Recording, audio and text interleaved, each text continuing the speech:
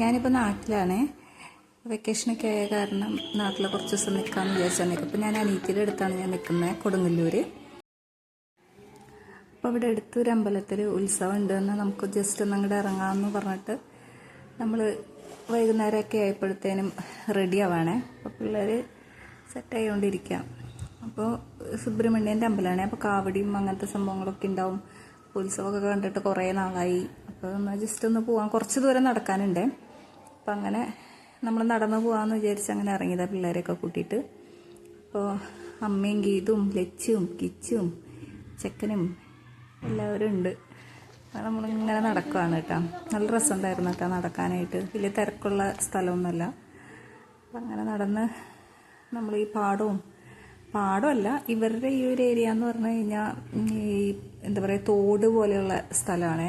ഇടയ്ക്കിടയ്ക്ക് ഇങ്ങനെ തോടുകളും അങ്ങനെയൊക്കെ കാണാം. നല്ല രസമുണ്ടായിരുന്നു. അങ്ങനെ അതൊക്കെ കണ്ട് ഇങ്ങനെ നടക്കുകയാണെങ്കിൽ നല്ല നൊസ്റ്റു അടിച്ചിട്ടാ. ശരിക്കും നാട്ടിലൊക്കെ അടിപൊളിയായിരിക്കും നിൽക്കണവർക്കൊക്കെ.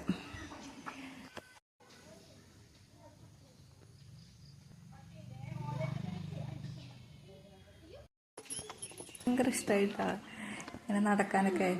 ഇതൊക്കെ കണ്ട് ഇങ്ങനെ ആസ്വദിച്ച് ഇങ്ങനെ നടക്കാമല്ലോ. അപ്പം ഇതാണ് അമ്പലം. അമ്പലത്തിൽ 7 ദിവസം കണ്ടാണ് ഉത്സവം. നമ്മൾ 2ാമത്തെ ദിവസം കണ്ടാണ് വന്നത്. അതുകൊണ്ട് വലിയ തിരക്കൊന്നും ഉണ്ടായിരുന്നില്ല. ജസ്റ്റ് ഒന്ന് കയറി അങ്ങനെ തൊഴുത് ഇറങ്ങി. അപ്പോൾ അവിടെ നിന്ന് അന്ന് വൈകുന്നേരം എന്തോ പൊങ്കാല എന്തോ സംഭവം ഉണ്ടായിരുന്നു. അപ്പോൾ അതിൻ്റെ പ്രസാദമൊക്കെ കഴിക്കുകയാണ് പിള്ളേർ. അടിപൊളി പ്രസാദമായിരുന്നു കേട്ടോ. നല്ല രസമുണ്ടായിരുന്നു.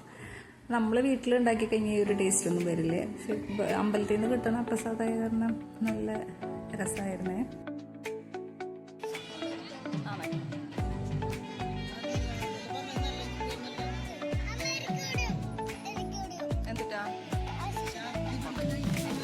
അപ്പോഴത്തെ ഐസ്ക്രീം വേണം എന്നൊക്കെ പറഞ്ഞ് ഐസ്ക്രീം വാങ്ങിക്കാന്നൊക്കെ പറഞ്ഞാൽ നമ്മളങ്ങനെ നടന്നേ.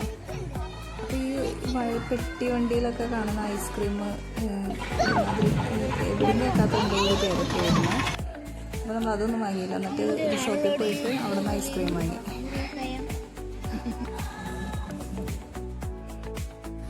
അതെന്തോ പരിപാടികളൊക്കെ ഉണ്ടായിരുന്നേ, നാടകവും. പക്ഷെ നമ്മളൊന്നും കാണാനൊന്നും ഇരുന്നില്ല. ആൾക്കാർക്ക് വന്നൊക്കെ തുടങ്ങുന്നുണ്ടായിരുന്നുള്ളൂ.